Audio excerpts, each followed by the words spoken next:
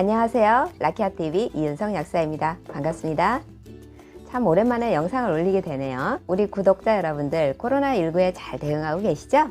요새처럼 면역이 중요하게 느껴진 때가 없는 것 같아요. 그래서 오늘은 면역 증진에 꼭 필요한 영양소들 알아볼 테니까 영상 끝까지 봐주세요. 우선 영양소를 하기 전에 무엇보다도 가장 중요한 것은 수분이랍니다. 수분 섭취가 부족하거나 수분을 넣어더라도 우리 피부에 잡아주지 못한다면 점막이 건조해지겠죠. 점막을 촉촉하게 해주는 점액층은 바이러스가 눈이나 호흡기를 통해서 들어올 때 1차적으로 걸러주는 역할을 하는데, 점막이 건조하다면 1차 관문이 바로 뚫려버리겠죠. 그래서 바이러스가 체내로 침입하기 용이하게 된답니다. 따라서 수분 섭취 많이 해주시고, 또 수분을 흡수해주는 장 건강 먼저 지켜주시는 거 잊지 마시고요. 또 피부에 수분을 잡아주는 영양소들도 챙겨주는 것도 좋겠네요. 자, 그럼 본격적으로 면역에 중요한 영양소를 알아보러 가볼까요? 첫째, 비타민C를 빼놓을 수가 없죠. 유튜브에서도 비타민C 메가도스 요법이 코로나19 치료제다 아니다 논란들도 많고요. 중국 우한시에서도 또 코로나19 환자에게 비타민C 메가요법으로 치료를 하는 연구가 진행 중에 있다고 합니다. 물론 비타민C만으로 치료할 수 있다는 건 아니니까 오해하지 마시고요. 비타민C 메가도스 치료가 어느 정도는 도움이 되고 또 증상을 가볍게 하는데도 도움을 줄 것으로 예상됩니다. 비타민C는 바이러스나 암세포를 잡아먹는 마크로파지와 선천 면역을 담당하는 중요세포인 NK세포를 활성화시킵니다. 그래서 바이러스 증식을 억제하는 데 도움을 줄 수 있고요. 또 항산화 작용이 있고 염증 반응을 억제시켜 줄 뿐만 아니라 사이토카인 폭풍도 감소시킬 수 있습니다. 보통 아무 문제가 없을 때는 1회 1000mg 내지 2000mg을 1일 3회 정도 복용하시는 것이 일반적이고요.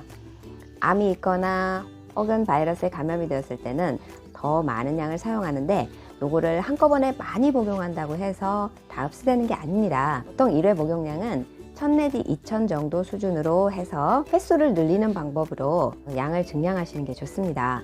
보통 6시간 지나면은 체내에 들어간 비타민C의 농도가 떨어지기 때문에 6시간 간격으로 복용하시는 것도 좋습니다. 비타민C 하면 저는 라이너스 폴링 박사가 떠오르는데요. 비타민C 메가도스 요법을 최초로 창시하신 분이죠. 그분은 70kg 성인 기준 1일 10g, 1만 mg을 권장했습니다. 보통 6000mg까지는 무리 없이 복용할 수 있는 용량이라고 생각됩니다. 대표적인 부작용은 속쓰림, 설사, 노로결석증 등이 있는데, 속쓰림은 식후 복용으로 어느 정도 완화시킬 수가 있고요. 설사가 나타나면 복용량을 줄여서 복용하시는 것이 좋고요. 또 요로결석은 수분 섭취를 충분히 해주시면 막을 수가 있습니다.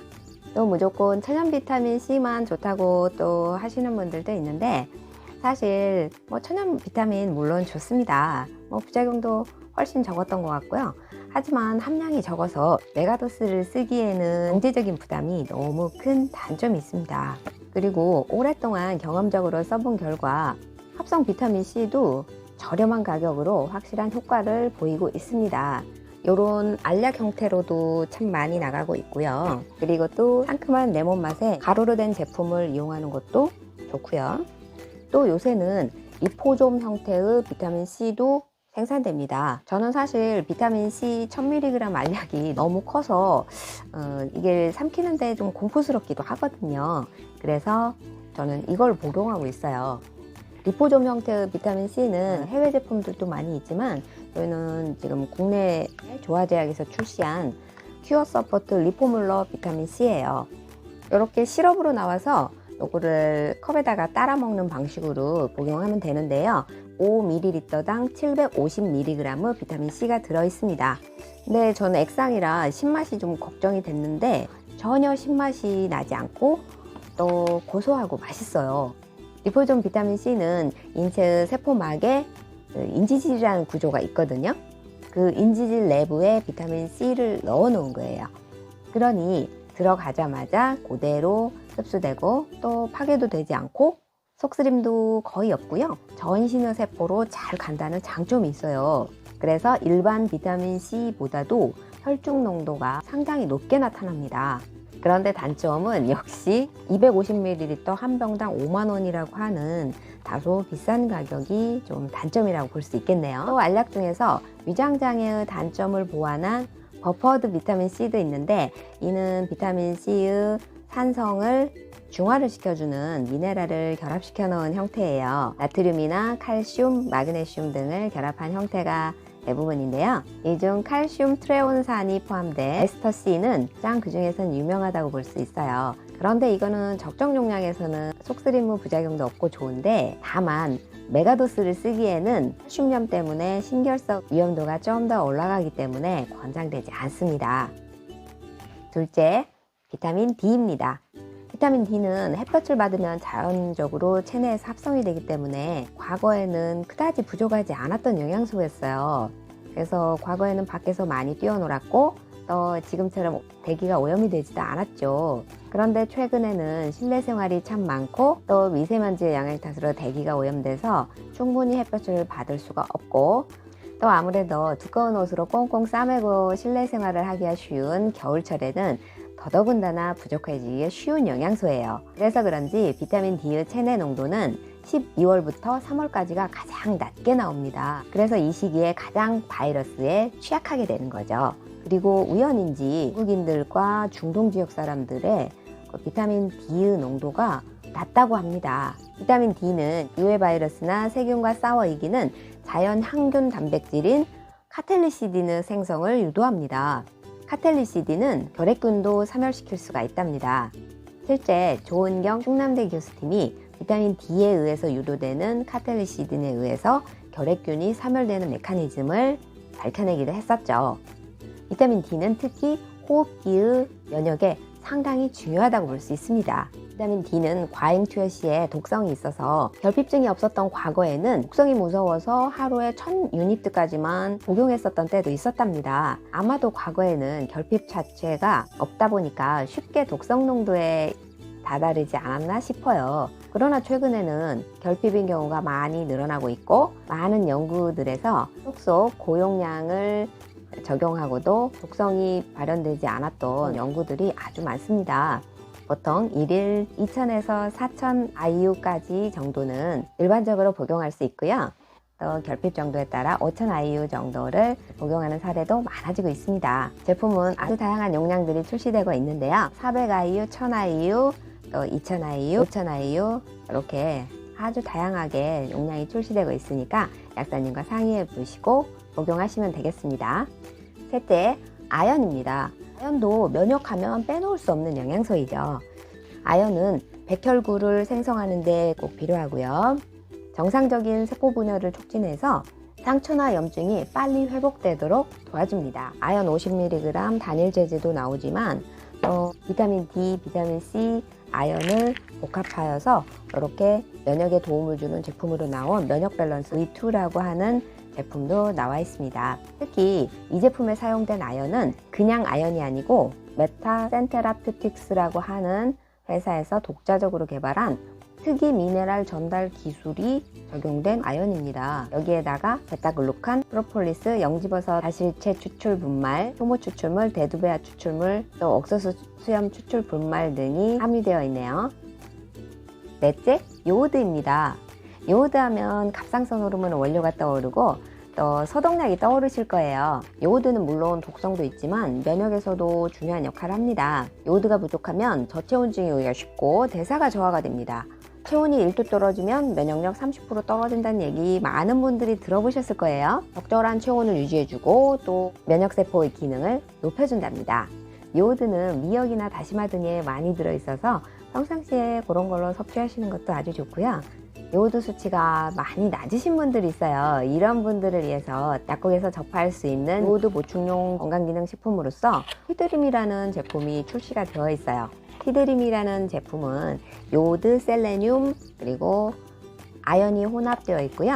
이건 제형이 특이하게 알약이 아니고 이렇게 얇은 필름 형태로 나와 있는 거라서 입안에다 넣고 녹여 먹으면 돼요. 양 조절은 요 필름을 찢어가지고 이용하는 게 가능하고요. 이 제품은 요오드를 공급하기 위해서 특별히 출시된 제품이기 때문에 상당히 요오드 함량이 높습니다. 한 장당 요오드는 7000 마이크로그램이고요. 갑상선 기능 항진증이 있으신 분들은 금기랍니다. 저도 평상시에 갑상선 호르몬이 낮고 또 체온도 낮은 편이라서 가끔 복용하고 있는데요. 한 장은 저한테는 좀 많아서 한 반 장 정도 복용하고 있어요. 다섯째, 셀레늄입니다. 셀레늄은 마크로파지와 NK 세포를 활성화시킵니다. 또한 항산화 효과가 있고 염증 억제 작용이 있습니다. 셀레늄이 결핍되면 만약에 독감 바이러스가 들어왔다 그랬을 경우에 고통이 심하게 생기고요. 또 폐렴으로 악화되는 확률이 높다고 합니다. 특히 여기에서 주목할 점은 셀레늄이 결핍된 상태에서 체내에 바이러스가 침입했을 때 그 독성이 강한 변종으로 변이를 일으키기가 쉽다는 점입니다. 미국 노스캐롤라이나 대학의 영양소학과 전문의인 멜린다 베크 박사는 셀레늄이 결핍된 쥐에 일반 독감 바이러스를 주입을 했을 때 이게 독성이 강한 변종으로 돌연 변이를 일으켰다는 연구 결과를 발표한 바가 있습니다. 특히 심혈관 질환자나 당뇨 환자는 혈중 셀레늄 수치가 상당히 낮습니다. 코로나19에 유독 당뇨나 심혈관 질환자가 취약했던 이유가 우연은 아닌 것 같아요. 셀레늄 하루 권장량은 성인 기준 50 내지 55 마이크로그램입니다. 그리고 임산부는 60 마이크로그램, 또 소아는 20 내지 40 마이크로그램에 해당됩니다. 그리고 상한선은 400 마이크로그램입니다. 셀레늄은 우리의 면역이나 노화 방지에 꼭 필요한 성분이긴 하지만 이거는 미량으로만 필요하기 때문에 과잉하면은 얼마든지 독성이 일어날 수가 있답니다. 그래서 이 상한선을 초과하지 않도록 주의를 해주시는데 특히 음식으로 섭취할 때는 그다지 문제가 없는데 영양보충제로 섭취를 하게 될 경우 자칫 셀레늄 함량이 오버될 수가 있어요. 셀레늄을 과잉 복용했을 때는 탈모, 피부 발진 등 트러블이 일어날 수가 있고 구토, 메스꺼움, 복통, 임산부의 경우 유산까지도 일으킬 수 있으니까 꼭 복용량은 지켜주시도록 하세요. 여섯째, 단백질입니다. 면역에 관여하는 림프 조직이나 또 항체를 만드는 재료들이 단백질이잖아요. 또 영양소를 운반하는 혈액도 단백질이 없으면 못 만들죠. 그래서 영양 중 기본이라고 볼 수가 있어요. 자, 오늘 면역에 중요한 여러 가지 영양소를 알아봤는데요. 이 이외에도 아주 많은 영양소들이 사실 다 필요합니다. 그 중에 대표적인 것만 뽑아봤고요. 평상시 영양이 부족하면 얼마나 감염에 취약할 수 있는지 짐작이 가시죠? 요새 사람들은 영양이 참 부족하답니다. 제가 이런 소리를 하면 먹기는 잘 먹는다고 그렇게 반박을 하시는 분들이 계신데 칼로리가 높은 것과 영양이 풍부한 것은 엄연히 다릅니다. 요새는 천연이 아닌 가공식품들이 넘쳐나고 또 칼로리만 충족한 인스턴트 식품으로 끼니를 때우거나 그나마 재배되는 농산물들도 과거에 비해서 영양소가 굉장히 줄어들어 있는 상황입니다. 그래서 평상시 음식을 통해서 필요한 영양소를 잘 섭취하시되 혹시 모자라는 것은 영양제나 건강기능식품을 통해서 보충을 해주는 것이 현명하다고 볼 수 있습니다. 코로나19로 인해서 힘든 요즘 구독자 여러분들 잘 챙겨 드시고 건강 잘 지키세요. 아직까지 구독 안 하신 분들은 구독 눌러주시고요. 좋아요와 알림 설정 부탁드릴게요. 다음에 만나요. 행복하세요.